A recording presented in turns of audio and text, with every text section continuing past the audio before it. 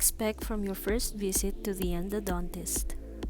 Initial appointment will consist of a consultation explaining your diagnosis, treatment options, as well as the associated prognosis of each option. The initial consultation will allow us the opportunity to discuss the medical history, assess the pain, and diagnose the tooth or teeth involved. Depending on the treatment elected, a second appointment can then be scheduled in order to provide the needed treatment on another day. But in cases of severe pain, the consultation and treatment can oftentimes be performed on the same day. Referral slips should be provided if patient comes from other departments. We will also take our own digital x-rays. Different angulations of x-rays provide critically important information that greatly assists our endodontists in diagnosis and treatment process. We have the capability of performing a three-dimensional scan of the tooth or teeth in question. The scan is not performed on every patient, but when necessary, this technology provides us with essential diagnostic information that can be obtained in a non-invasive way. During dental imaging, the CBCT scanner rotates around the patient's head, obtaining up to 600 distinct images. The scanning software collects the data and reconstructs it into anatomical data that can then be manipulated and visualized with specialized software. Thus, each case is customized individually for the best care possible. Lastly, doctors will discuss the cost of care with the patient and let them decide whether to go for residence or faculty price. If with dental insurance, claims are processed prior to start of any treatment. Root canal therapy, also known as endodontic therapy, is a dental treatment for removing infection from inside the tooth. It can also protect the tooth from future infections. It is carried out in the pulp of the tooth, which is the root canal. And root canal treatment has four main aims. First, removing active decay and infection. Second, cleaning and shaping the canals. Third, filling the canals. And lastly, making the tooth functional again.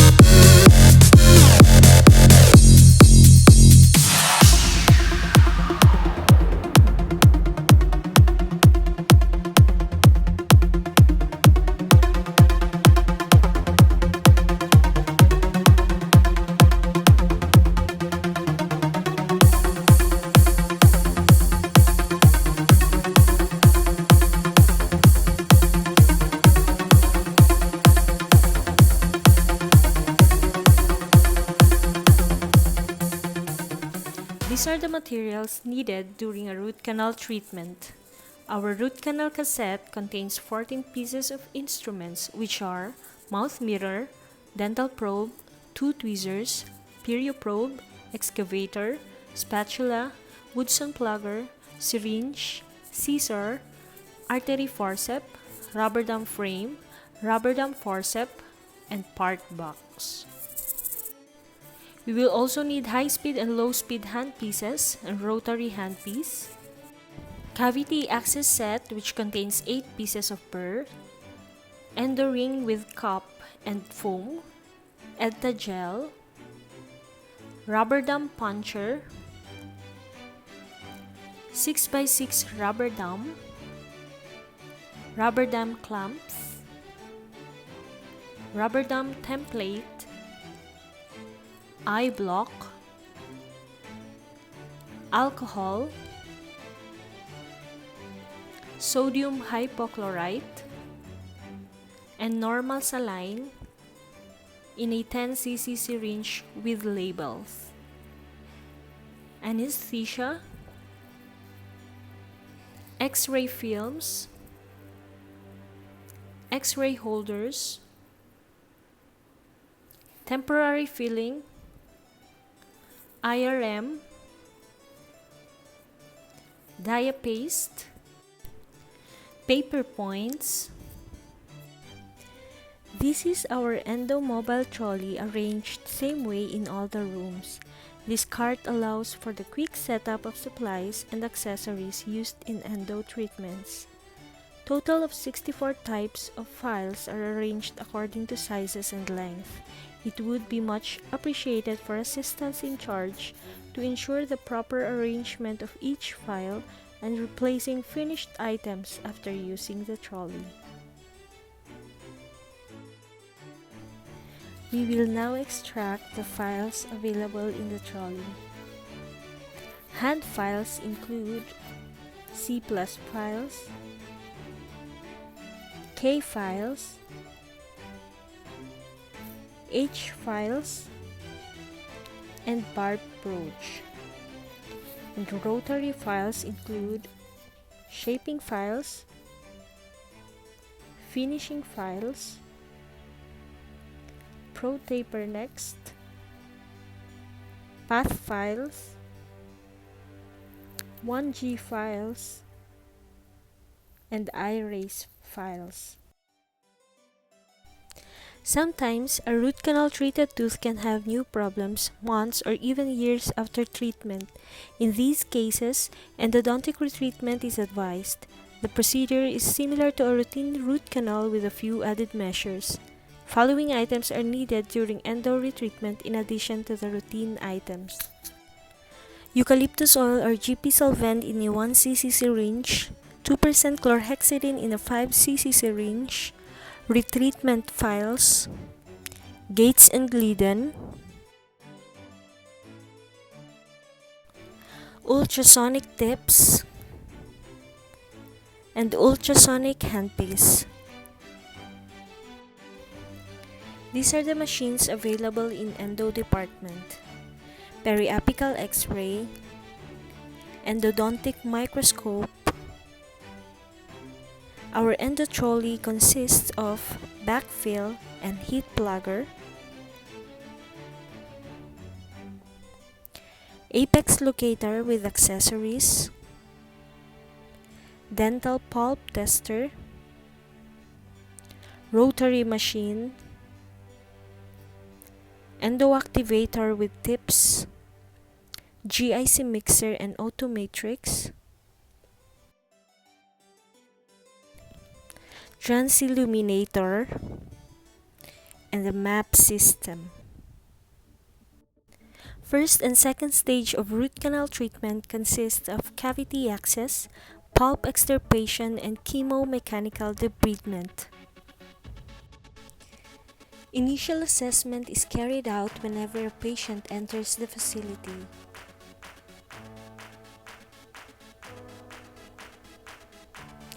The doctor then ushers the patient inside the room.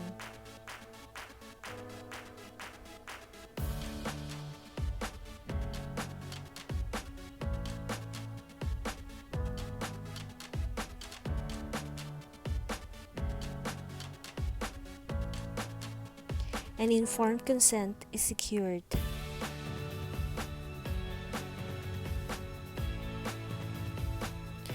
During the first stage, doctor will administer a local anesthesia to numb the tooth. And after the tooth is numbed, the doctor puts a dental dam that isolates the tooth to keep it clean and dry during the procedure. And to help with the complete isolation for a better sealing, eye block is applied and light cured.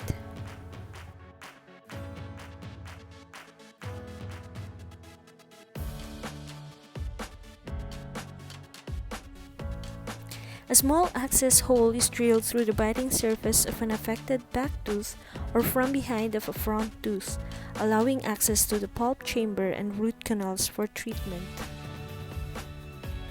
The diseased and dead pulp tissue is removed from the tooth with specially designed instruments used to clean out the canals and pulp chamber.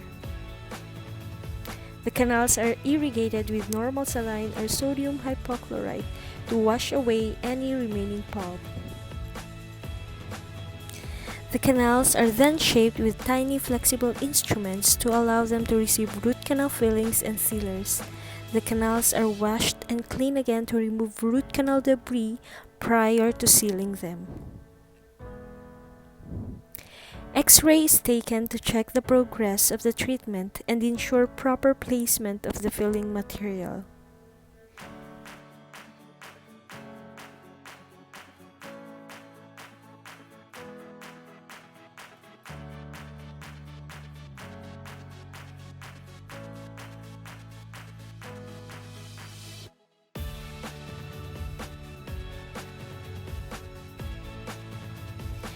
Between your second and third visit, your endodontist will place a temporary filling, either IRM, GIC or cavit, on the treated tooth to protect it after drying the canals with paper points.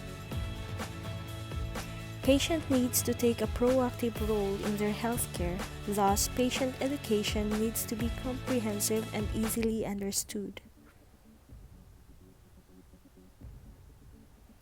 Appointment is then booked for the next treatment.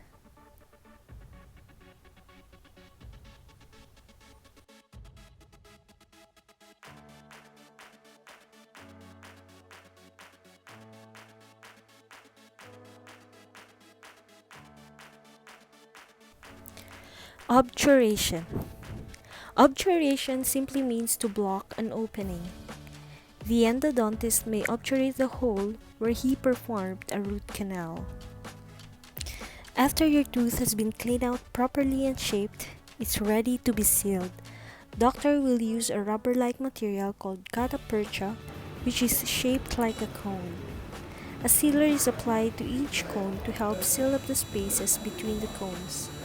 Each cone of gutta percha will then be placed into the canal of the tooth. A heated plugger is inserted into the canal and gutta percha condenses, forcing the plasticized material apically. The process is repeated until the apical portion has been filled. The coronal space is backfilled using small segment of gutta percha, applying heat and condensing the gutta percha with the plugger.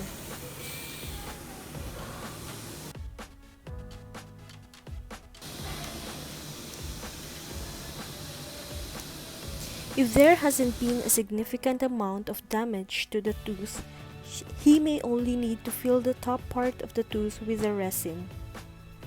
However, many people will need to have a dental crown placed over their tooth to prevent further damage and restore function, thus patients are referred to prosthodontics department.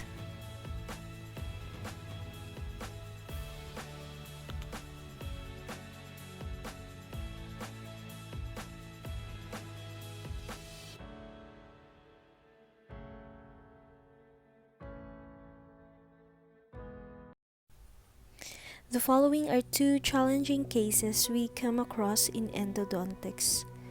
First case is the apicoectomy. Apicoectomy is a procedure to remove an infection that affects the root of a tooth and the adjacent tissues.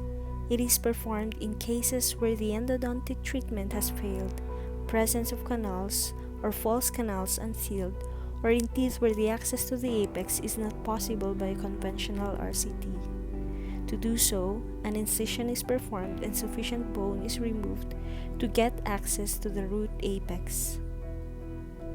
Then the infectious cyst is removed, cleaning and irrigating the area. A beveled-shaped cut is made to the root, removing the apex and sealing the root with MTA.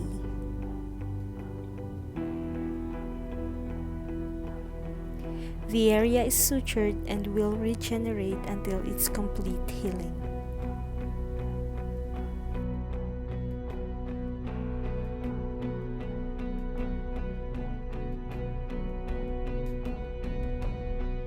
Second case is the fractured file removal.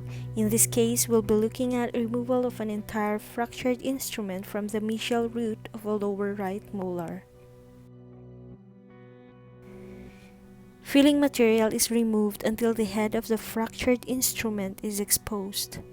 A satellite endo-retreatment tip is used to remove material from around the head of the instrument, loosening it within the canal.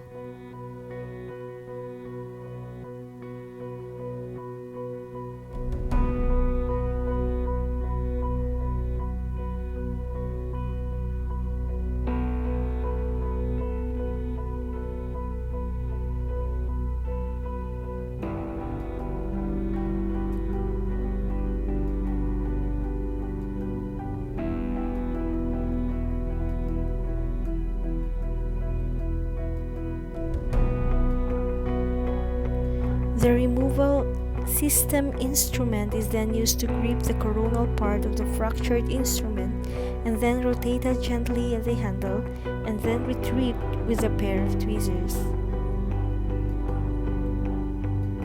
Successful instrument removal is about being conservative and retaining valuable dentin.